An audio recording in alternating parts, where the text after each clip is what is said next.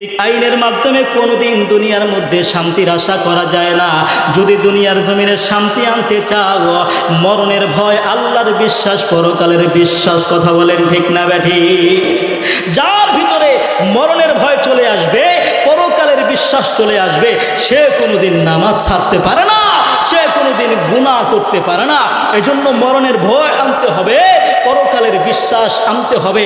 আজকে মরণের ভয় নাই, পরকালকে তো আমরা বিশ্বাসই করি।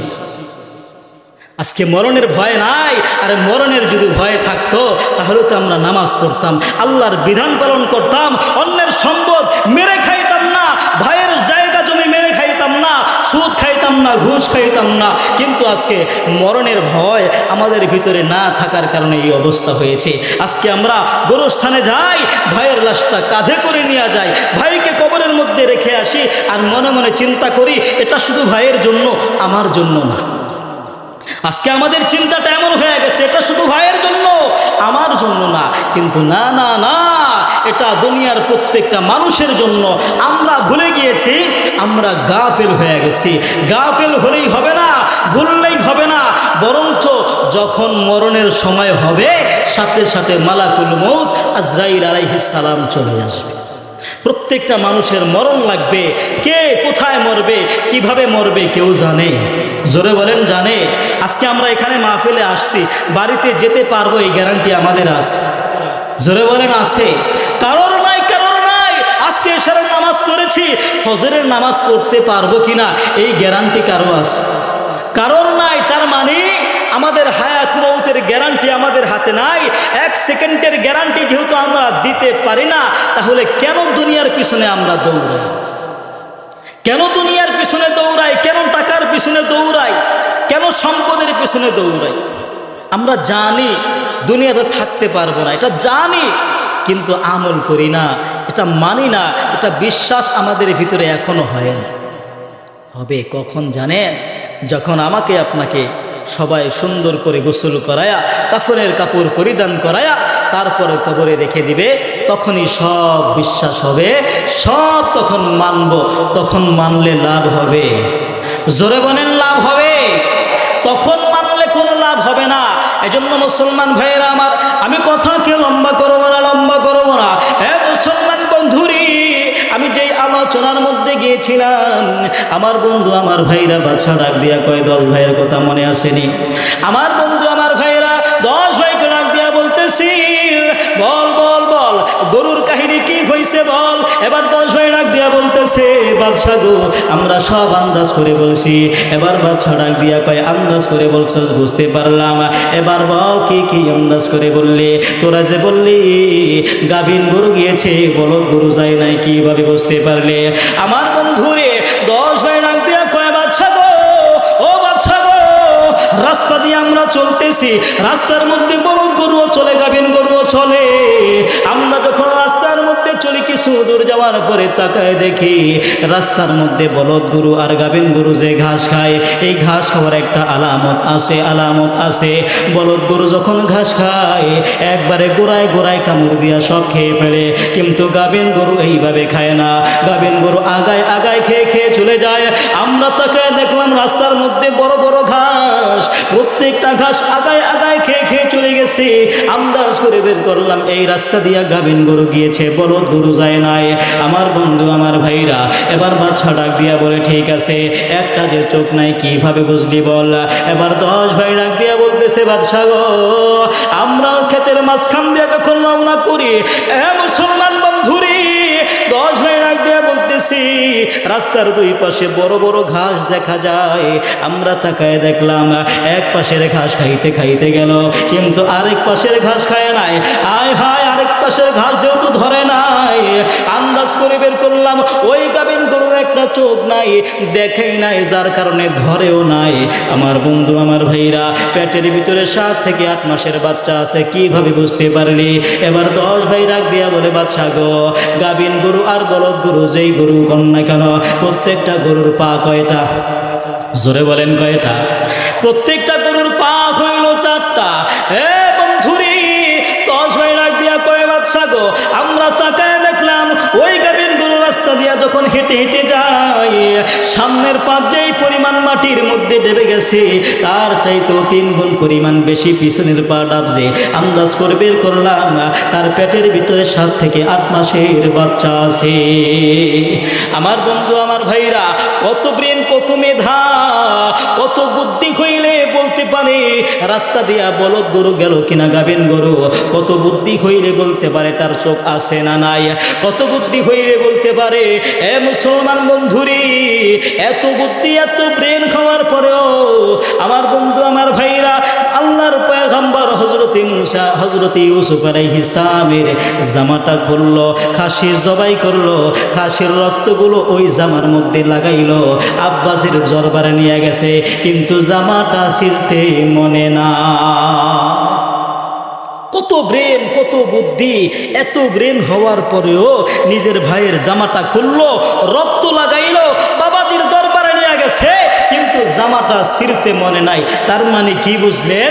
দুনিয়ার জমিনে আপনি যত মেধা সম্পন্নই হন না কেন, আপনার যত বুদ্ধি হোক না কেন, দুনিয়ার জমিনে যদি আপনি অন্যায় অপরাধ করেন, এর শাস্তি দুনিয়ার জমিনে অবশ্যই হবেই হবে। কথা বলেন? আপনি যতই কিছু করেন না কেন, এর একটা চিহ্ন, এর একটা আলামত থাকবেই। মানুষ এই আলামত চিহ্ন দেখে আপনাকে একদিন না একদিন ধরে ফেলবে। আমার বন্ধু আমার ভাইরা, তাহলে কি বুঝলেন? এত মেধা শক্তি হওয়ার পর তারা যেহেতু ধরা খেয়েছে, আজকে যারা আমরা মনে করি আমরা অনেক বুঝি, আমাদেরকে কেউ ঠেকাইতে পারবে না, কেউ আমাদেরকে ধরতে পারবে না, কিন্তু না না না, আল্লাহ যখন ধরে তার কুল কিনারা থাকে। জোরে বলেন থাকে? কুল কিনারা থাকে না। কথা বলেন ঠিক না ভাই? ঠিক। এজন্য হযরত জিবরাইল আলাইহিস সালাম আল্লাহর নবীকে ডাক দিয়ে বলতেছেন, নবীজি 2 নাম্বার, আমি জিবরাইল আলাইহিস সালাম আমার 600 ডানা উপর থেকে নিচের দিকে নামাইয়া হযরত ইউসুফ আলাইহিস সালামের কাছে চলে আসছি। ইউসুফ আলাইহিস সালামকে বুকের সাথে জড়ায় ধরছি। ইউসুফ নবীর আমি বাঁচাইলাম, আদর করলাম। কার হুকুমে? জোরে বলেন? আল্লাহর হুকুমে। 3 নাম্বার নবী গো, আপনার মনে আসেনি ও নবী, তায়েফের জমিনে যখন আপনি দিন প্রচার করার জন্য গেলেন, ইসলাম প্রচার করার জন্য গেলেন, ও নবী, তায়েফের জমিনে আপনাকে আঘাত করেছে, আপনি রক্তাক্ত হয়ে গেছেন। আমার বন্ধু আমার ভাইরা, নবীজি তায়েফের জমিনে দ্বীনের দাওয়াত দেয়। হযরত যায়েদ রাদিয়াল্লাহু তাআলা আনহু নবীজির সঙ্গে, নবীজিকে দুষ্ট কাফেরের ছেলেরা নবীজির গায়ের মধ্যে পাথর নিক্ষেপ করে। হযরত যায়েদ বিন হারিস রাদিয়াল্লাহু তাআলা আনহু নবীজির সামনে দাঁড়ায়া ওই কাফেরদেরকে লক্ষ্য করে বলতেছে, ও কাফেরের সন্তানেরা, আমার নবীকে পাথর মারিস না, আমার নবী বড় এতিম, আমার নবী বড় অসহায়, আমার নবীকে পাথর মারিস না, আমার নবীকে আঘাত করিস না। আমার বন্ধু আমার ভাইরা, তারপরও তারা পাথর মারে। হযরত যায়েদ নিজের বুকটা পাইটা দিছে, আমারে পাথর মার, আমারে পাথর মারতে মারতে শেষ করে দে, তারপরও আমার নবীরে পাথর মারিস না। আমার বন্ধু আমার ভাইরা, যায়েদ রাদিয়াল্লাহু তাআলা আনহুর শরীরটা রক্তাক্ত হয়ে গেছে, এমনকি আমার নবীর নরম নরম গোশতগুলো ছিদ্র হইয়া হইয়া পাথরের কঙ্করগুলো ঢুকে গেছে। আমার নবীর শরীর বেয়ে বেয়ে রক্ত পড়ে। হযরত যায়েদ চোখের পানি ছেড়ে ছেড়ে কান্না করে। আমার নবী হযরত যায়েদকে ডাক দিয়া কয়, যায়েদ, তোমার জামাটা খুলিয়া আমার রক্তগুলো পুছে দাও। হযরত যায়েদ রাদিয়াল্লাহু তাআলা আনহু নিজের জামাটা খুলিয়া নবীজির গায়ের রক্ত বন্ধ করে। রক্ত বন্ধ হয় না। আল্লাহর নবীকে ডাক দিয়া কয়, নবী গো, আপনার শরীরের রক্ত তো বন্ধ হয় না।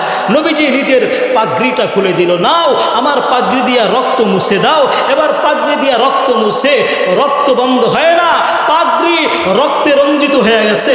আল্লাহর নবীকে ডাক দিয়া কয়, নবী, রক্ত তো বন্ধ হয় না। নবীজি সাল্লাল্লাহু আলাইহি ওয়াসাল্লাম ডান হাত বাম হাত এইভাবে ঢুকাইয়া চাইকা চাইকা নিজের রক্তগুলো জখমের মধ্যে নিয়ে যায়। আমার বন্ধু আমার ভাইরা রে, হযরতে যায়েদ রাদিয়াল্লাহু তাআলা আনহু আল্লাহর নবীকে ডাক দিয়া কয়, নবী গো, ও নবী গো, আমরা জানি মানুষের শরীর থেকে একবার যদি রক্ত বের হয়ে যায়, ওই রক্ত মানুষের দেহের মধ্যে প্রবেশ করে না। আপনি কেন বেহুদা চেষ্টা করতেছেন? কারণ কি? আমার বন্ধু আমার ভাইরা, আল্লাহর নবী দয়ার নবী ডাক দিয়া কয়, যায়েদ রে, এ যায়েদ, শোনো শোনো, এই তায়েফের জমিনের মানুষ আমারে চিনে না, এই তায়েফের জমিনের মানুষ আমাকে চিনতে পারে নাই, কিন্তু তায়েফের জমিনের মাটি আমাকে চিনে, আসমান আমাকে চিনে, জমিন আমাকে চিনে। আমি নবীর এক ফোঁটা রক্ত যদি তায়েফের জমিনের মধ্যে পড়ে যায়, এ তায়েফের জমিন সহ্য করতে পারবে না, এ তায়েফের জমিনে ভূমিকম্প শুরু হয়ে যাবে। এই জন্য আমি রাসূল আমার রক্তগুলো চাইকা চাইকা জখমের মধ্যে নিয়ে যাই, কেননা তায়েফের জমিনের মানুষ আমারে চিনে না, আসমান আমারে চিনে আমি নবীকে, জমিন আমারে চিনে আমি নবীকে। আমি নবী আসমানের নবী, আমি নবী জমিনের নবী, আমি নবী বাতাসের নবী, আমি নবী মাছের নবী, আমি নবী গোটা কুল কায়নাতের নবী, আমি নবী মিজানের পাল্লার নবী, আমি নবী হাসরের নবী। যেই দিন হাসরের ময়দান কায়েম হয়ে যাবে, সমস্ত মানুষ পেরেশান হইয়া ইয়া নাফসি বলিয়া শুধু দৌড়াদৌড়ি করবে, নবীরা পর্যন্ত পেরেশান হয়ে যাবে। মানুষগুলো পাগল হইয়া দৌড়ায়া দৌড়ায়া হযরত আদম আলাইহিস সালামের কাছে চলে যাবে। হযরত আদম নবীকে ডাক দিয়া বলবে, ও আদম নবী গো, আপনি আমাদের আদি পিতা লাগে না, আপনি আমাদের জন্য একটু সুপারিশ করে না। আল্লাহর নবী হযরত আদম আলাইহিস সালাম বলবে, আমি তোমাদের আদি পিতা হইতে পারি, কিন্তু আজকে হাসরের ময়দানে আমি নিজের জন্যই নিজে ইয়া নাফসি করতেছি, তোমাদের জন্য আমি সুপারিশ করতে পারবো না, তোমরা অন্য কোথাও চলে যাও। আমার বন্ধুর প্রত্যেকটা মানুষ পেরেশান হয়ে যাবে, পাগলের মতো দৌড়াবে, ওই হাসরের ময়দান দৌড়াবি।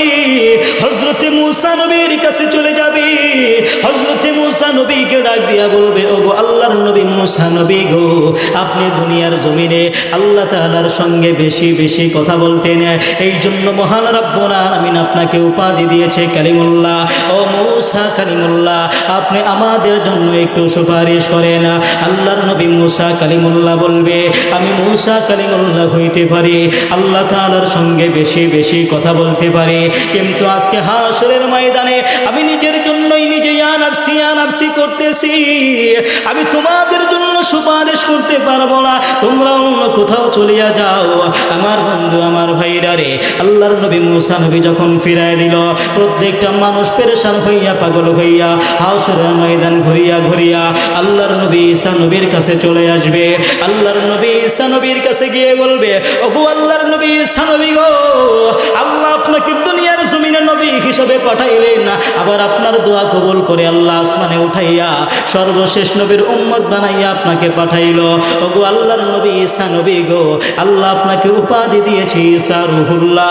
ও ঈসা রূহুল্লাহ, আপনি আমাদের জন্য একটু সুপারিশ করেন। আল্লাহর নবী ঈসা রূহুল্লাহ বলবে, আমি ঈসা রূহুল্লাহ হইতে পারি, শেষ নবীর উম্মত হইতে পারি, কিন্তু আজকে হাসরের ময়দানে আমি তোমাদের জন্য সুপারিশ করতে পারবো না, তোমাদের জন্য সুপারিশ করতে পারবো না, যাও যাও অন্য কোথাও চলিয়া যাও। সমস্ত মানুষ পেরেশান হইয়া পাগল হইয়া গোটা হাসরের ময়দান ঘুরবে, আবার ঈসা নবীর কাছে চলে আসবি। আল্লাহর নবী ঈসা নবীর কাছে আইসা ডাক দিয়া বলবে, আল্লাহর নবী ঈসা নবী গো, আমরা কোথায় যাব, আমরা তো কুল কিনারা পাই না, আপনি কিছু বলে দেন না। আল্লাহর নবী ঈসা নবী ডাক দিয়া বলবে, শোনো, আজকে হাসরের ময়দানে দয়ার নবী মায়ার নবী বিশ্ব নবী মুহাম্মদুর রাসূলুল্লাহ সাল্লাল্লাহু আলাইহি ওয়াসাল্লাম ছাড়া কেউ সুপারিশ করতে পারবে না, তার কাছে চলিয়া যাও। এবার পাগলের মতো মানুষ দৌড়াবে, হাসরের ময়দান ঘুরিয়া ঘুরিয়া আবার ঈসা নবীর কাছে চলে আসবি। ঈসা নবীর কাছে আয়েশা বলবে, আল্লাহর নবী ঈসা নবী গো, এবার বিশ্ব নবীকে আমরা কোথায় পাবো, কোথাও তো আল্লাহর নবীকে দেখতে পাই না। ঈসা নবী ডাক দিয়া বলবে, ওই যে আমরা আযানের দোয়ার মধ্যে পড়ি, আল্লাহুম্মা রাব্বা হাযিহিদ দাওয়াতি তাম্মা ওয়াস সালাতিল কাইমা আতি মুহাম্মাদানিল ওয়াসিলাতা ওয়াল ফাযিলা ওয়া বা'আথহু মাকামান মাহমুদ। এ মুসলমান বন্ধুরে, আল্লাহর নবী দয়ার নবী মায়ার নবী মাকামে মাহমুদের মধ্যে উম্মতের জন্য সেজদায় পড়ে আছে, যাও সেখানে চলে যাও। সমস্ত মানুষ পাগল হইয়া এবার সেখানে দৌড়াইয়া চলে যাবে। আমার বন্ধু আমার ভাইরা আল্লাহর নবীর কাছে চলে যাবে, আল্লাহর নবীকে ডাক দিয়া বলবেন, নবী গো, আপনি আমাদের জন্য একটু সুপারিশ করেন। আল্লাহর নবী ডাক দিয়া বলবেন, তোমরা কারা? বলবে, আমরা জাকারিয়া নবীর উম্মত। আল্লাহর নবী আবার ডাক দিয়া বলবে, তোমরা কারা? বলবে, আমরা আদম নবীর উম্মত। আল্লাহর নবী আবার বলবেন, তোমরা কারা? আমরা ইদ্রিস নবীর উম্মত। আল্লাহর নবী চোখের পানি ছেড়ে দিবে। আল্লাহর নবী ডাক দিয়া বলবে, আজকে হাসরের ময়দানে আমার উম্মত কইরি, আমার উম্মত কই রে? আমার বন্ধু আমার ভাইরা, আল্লাহর নবী দয়ার নবী উম্মতের জন্য কত কান্না করেন। আমার বন্ধু আমার ভাইরা রে, আল্লাহর নবী দয়ার নবী যখন দুনিয়ার জমিনে জন্মগ্রহণ করলেন, আল্লাহর নবী নিজেই বলেন, আমার মায়ের জবান থেকে শুনেছি, আমি যখন জন্মগ্রহণ করেছি আমাকে শোয়াইতে দেরি, আমি বসতে দেরি করি নাই। আমি আসমানের দিকে তাকায়া বলেছি, ইয়া উম্মতি ইয়া উম্মতি, এ মুসলমান বন্ধুরে, আল্লাহর নবী দয়ার নবী মায়ার নবী সরকারে দু আলম নবী জন্ম থেকে নিয়ে মৃত্যু পর্যন্ত আমাদের কথা স্মরণ করলো, এখনো আমাদের জন্য নবী কাঁদে। এ মুসলমান বন্ধুরে, কিয়ামতের ময়দানে আল্লাহর নবী দয়ার নবী মায়ার নবী আমার আপনার জন্য কান্না করবে। ওই হাসরের ময়দানে আমার নবী দয়ার নবী উম্মতের জন্য সিজদায় পড়ে যাবে। আমার মহান রব্বুল আলামিন ডাক দিয়া বলবে, বন্ধুরে ও বন্ধু, কেন তুমি সিজদার মধ্যে পড়লা, কারণ কি? আমার আল্লাহ ডাক দিয়া বলবে, বন্ধুরে দুনিয়ার জমিনে তোমারে কত কাঁদাইলাম, উহুদের ময়দানে তোমারে কত কষ্ট দিয়েছি, আজকে হাসরের ময়দানে আমি মহান রব্বুল আলামিন তোমারে কোনো কষ্ট দিতে চাই না। বন্ধুরে কি চাইবা বলো? আমার বন্ধু আমার ভাইরা, আল্লাহর নবী দয়ার নবী মায়ার নবী বলবেন, আল্লাহ গো আমার গুনাহগার উম্মতকে মাফ কইরা দেন। আর জোরে কন্যা সুবহানাল্লাহ। আমার বন্ধু রে, ওই রোজ কিয়ামতের ময়দানে আবার আপনার জন্য সুপারিশ করবেন কে? আমার আপনার নবী মুহাম্মদুর রাসূলুল্লাহ। আমার বন্ধু আমার ভাইরা রে, রোজ হাসরে আমার আপনার জন্য আল্লাহর নবী দয়ার নবী সুপারিশ করবে। আমার আল্লাহ ডাক দিয়া বলবে, ও ফেরেশতারা যাও যাও, আমার বন্ধুর যত উম্মত আছে সবাইরে ধরে ধরে জান্নাতের মধ্যে পাঠাইয়া দাও।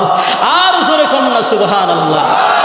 ফেরেশতারা চলে যাবে, হাসরের ময়দান বিচরণ করবে, গোটা হাসরের ময়দান ঘুরিয়া আল্লাহর কাছে চলে আসবে, আল্লাহ আপনার নবীর উম্মত কারা?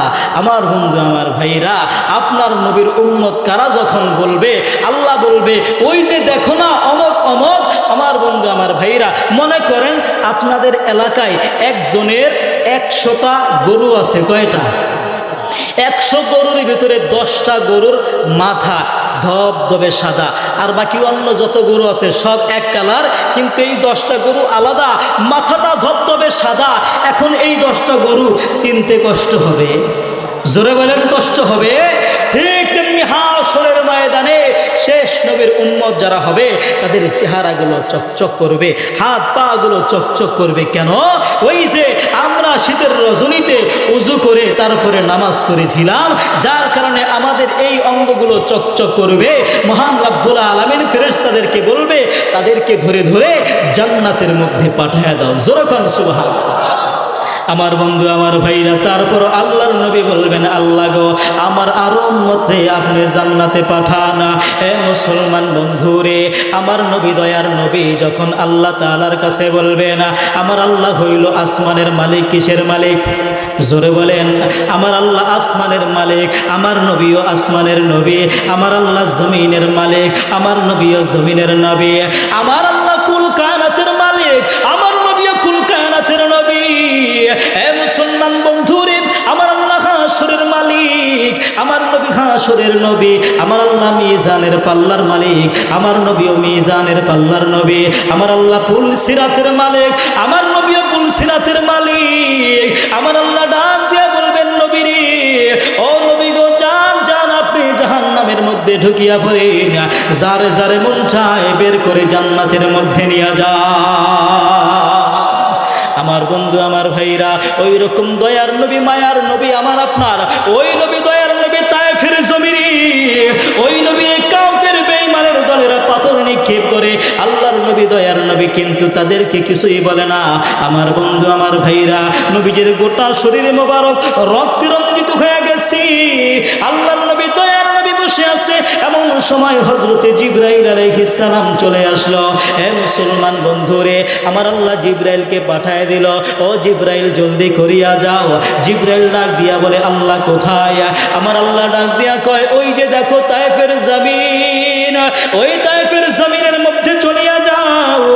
আমার নবী, আমার দয়ার নবী মায়ার নবী তায়েফের জমিনে বড় কষ্ট করতেছে। আমার নবীর রক্ত যেন তায়েফের জমিনের মধ্যে না পড়ে। এ মুসলমান বন্ধুরে, দ্বিতীয়বারের মতো হযরতে জিবরাইল আলাইহিস সালাম 600 দানা উপর থেকে নিচের দিকে নামাইয়া আমার নবীর পায়ের নিচে সাথে সাথে বিছায়া দিয়েছে। আমার বন্ধু আমার ভাইরা, নবীজির পায়ের নিচে ডানা বিছানোর পরে এবার সে হাউমাউ করে কান্না শুরু করে দিয়েছে। আমার নবী দয়ার নবী ডাক দিয়া কয়, জিবরাইল তুমি কেন কাঁদো? কারণ কি জিবরাইল আলাইহিস সালাম কোনো কথা বলে না। আবার জিজ্ঞাসা করে, জিবরাইল তুমি কেন কাঁদো? জিবরাইল কোনো কথা বলে না। আবার জিজ্ঞাসা করে, জিবরাইল কেন কাঁদো? জিবরাইল কোনো কথা বলে না। জিবরাইল ডাক দিয়া কয়, আপনার কাছে বলবো না, আমার মালিক আল্লাহ তাআলার কাছে বলবো। আমার আল্লাহ ডাক দিয়া কয়, জিবরাইল কেন কান্না করো? জিবরাইল ডাক দিয়া কয়, আল্লাহ আপনার নবীর রক্তের ওজন এত বেশি, এটা যদি আমি আগে জানতাম আমার 600 ডানা তার পায়ের নিচে বিছাইতাম। এত ওজনওয়ালা রক্ত আমার নবীর, ওই রক্ত যদি তায়েফের জমিনে পড়ে যাইতো, তায়েফের জমিন শেষ হয়ে যাইতো, ভূমিকম্প শুরু হয়ে যাইতো। আল্লাহর নবীকে এত কষ্ট দিয়েছে। ওই তায়েফের জমিনে নবীজি বসে আছে, দুই পাহাড়ের দুই ফেরেশতা চলে আসছে। আল্লাহর নবীকে বলেন, নবীজি আপনি শুধু বলেন, সাথে সাথে দুই পাহাড়কে একত্রিত করে তায়েফের জমিন ধ্বংস করে দিব। কিন্তু মুসলমান ভাইরা আমার আপনার নবী বলেন, আল্লাহুম্মা হাদি কওমি ফাইন্নাহুম লা ইয়ালামুন। হে আমার রব, হে আমার মালিক, আপনি আমার কওমকে হেদায়েত দান করেন, তারা আমারে চিনতে পারে না।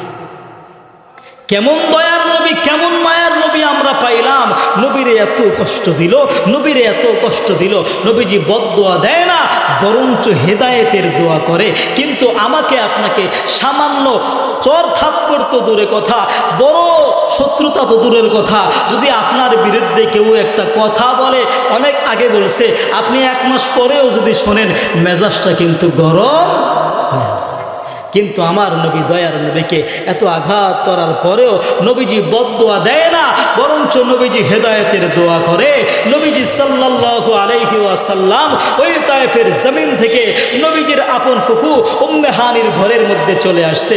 নবীজি তখন চোখের পানি ছেড়ে ছেড়ে নবীজি দোয়া করতেছে, হায় আজকে যদি আমার কোনো বন্ধু হইতো, আমার বন্ধু আমার সঙ্গ দিত। সাথে সাথে মহান রব্বুল আলামিন হযরত জিবরাইল আলাইহিস সালামকে পাঠায় দিয়েছে। জোরে সুবহানাল্লাহ। আমার বন্ধু আমার ভাইরা, জিবরাইল আলাইহিস সালাম আল্লাহর নবীর কাছে চলে আসছে। আল্লাহর নবীকে ডাক দিয়া কয়, ইন্নাল্লাহা ইউকরিউকাস সালাম ওয়া ইয়াদউকা। এ মুসলমান বন্ধুরে, জিবরাইল আলাইহিস সালাম ডাক দিয়া কয়, আল্লাহর নবী গো, আল্লাহ আপনাকে সালাম জানাইছে, আল্লাহ আপনাকে আহ্বান করেছে। সাথে সাথে বললেন, ইন্না রাব্বাকা ইয়াশতাকু ইলাইক। মহান রব্বুল আলামিন আপনার সাক্ষাতের অপেক্ষায় আগ্রহী। আমার বন্ধু আমার ভাইরা, আল্লাহর নবী দয়ার নবী মায়ার নবী যখন রফিকে আলার আদালত পাইলেন, আল্লাহ তাআলার দাওয়াত পাওয়ার সাথে সাথে নবীজি সাল্লাল্লাহু আলাইহি ওয়াসাল্লাম সকল দুঃখ কষ্ট ভুলে গেলেন। আল্লাহর নবী বড় খুশি হইয়া গেলেন, আনন্দিত হয়ে গেলেন। আল্লাহর নবী সেখান থেকে বের হইয়া কাবা শরীফের দিকে রওনা দিলেন।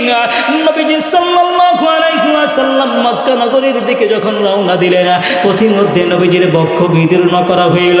নবীজির বক্ষ বিদীর্ণ করা হইল, খুশুসি রহমত ভরে দিলেন। আল্লাহর নবী দয়ার নবী মায়ার নবী যখন মক্কা নগরীর মধ্যে আগমন করলেন, নবীজি সুন্দর করে গোসল করে ওযু করে 2 রাকাত নামাজ পড়লেন। মতান্তরে নবীজি তার ঘরের মধ্যে অথমে হাতমে কাবার মধ্যে নবীজি ঘুমায় আসি। এমন সময় হযরত জিবরাইল আলাইহিস সালাম আসমান থেকে সরাসরি নবীজির ঘরের মধ্যে প্রবেশ করলেন। আল্লাহর নবী দয়ার নবীর সামনে প্রবেশ করিয়া আল্লাহর নবীর মাথার মধ্যে নয়, আল্লাহর নবীর হাতের মধ্যে নয়, আল্লাহর নবীর পায়ের সামনে বসে গেলেন।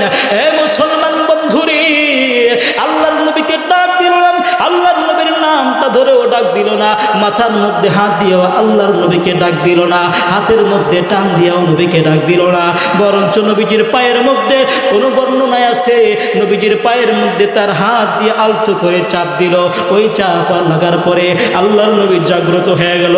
আবার কোনো বর্ণনার মধ্যে পাওয়া যায় হযরত জিবরাইল আলাইহিস সালাম নিজের নরম নরম ঠোঁটের মাধ্যমে আল্লাহর নবীর পায়ের মধ্যে চুমা লাগায় দিছে। আমার বন্ধু আমার ভাইরা, আল্লাহর নবীর সাথে সাথে ঘুম ভেঙে গেলেন। আল্লাহর নবী ডাক দিয়ে কয়, জিবরাইল এটা তুমি কি করলা, এটা তুমি কি করলা? আমার বন্ধু আমার ভাইরা, হযরতে জিবরাইল আলাইহিস সালাম ডাক দিয়া কয়, আল্লাহর নবী গো, আপনার পায়ের চাইতে আমার ঠোঁটের মূল্য বেশি নয়, আপনার পায়ের দাম অনেক বেশি। জোরে কন্যা সুবহানাল্লাহ। এ মুসলমান বন্ধুরে, এবার মহান রব্বুল আলামিনের পয়গম্বর আল্লাহর নবী, বিশ্ব নবী, দয়ার নবী, মায়ার নবী ডাক দিয়া কয়, জিবরাইল আজকের অবস্থা তো বুঝতে পারলাম না। বলে কি নবীজি? আল্লাহর নবী ডাক দিয়া কয়, প্রতিদিন আমার কাছে আসো, দরজা দিয়া তারপরে ভিতরে প্রবেশ করো। আজকে কেন দরজা দিয়া না এসে সরাসরি আসলাম থেকে আমার ঘরের মধ্যে আসলা, কারণ কি? আমার বন্ধু আমার ভাইরা, জিবরাইল ডাক দিয়া কয়, নবী গো, আজকে সব কিছু উল্টা উল্টা হবে, আজকে সব উপরে উপরে হবে, আজকে নিচে কিছুই হবে না, দরজা দিয়া কিছুই হবে না, আজকে উপর দিয়ে আসছে, উপর দিয়েই বের হয়ে চলে যাব। আল্লাহর নবী গো, আল্লাহ আপনাকে নেওয়ার জন্য আমাকে পাঠাইলেন, আজকে আপনার মেরাজ হবে, আল্লাহর সান্নিধ্যে আপনাকে দাওয়াত দেওয়া হয়েছে। মহান রব্বুল আলামিনের দাওয়াত পাইয়া আল্লাহর নবী বড় আনন্দিত। এবার আল্লাহর নবীর পাশে একটা সাদা বোরাক উপস্থিত হয়ে গেছে। আমার বন্ধু, সাদা একটা বোরাক, খচ্চরের চাইতেও ছোট, গাধার চাইতেও বড়। এই বোরাকটা এত গতিশীল, বিদ্যুতের চাইতেও গতিশীল। বিদ্যুৎ সেকেন্ডে 1,48,000 মাইল থেকে চলতে পারে, এর চাইতেও গতিশীল হইল এই বোরাক। আল্লাহর নবীকে ডাক দিয়া কয়, নবী গো, আপনি এই বোরাকের মধ্যে আরোহণ করিয়া তারপরে আমার সঙ্গে চলেন। আল্লাহর নবী যখন বোরাকের কাছে গেলেন, আল্লাহর নবী বোরাকের মধ্যে আরোহণ করবি, ওই বোরাক ডাক দিয়া কয়, আল্লাহর নবী গো, আমি আপনাকে আমার উপরে উঠাইতে পারবো না। জোরে কন্যা সুবহানাল্লাহ। আমার বন্ধু আমার ভাইরা, বোরাক ডাক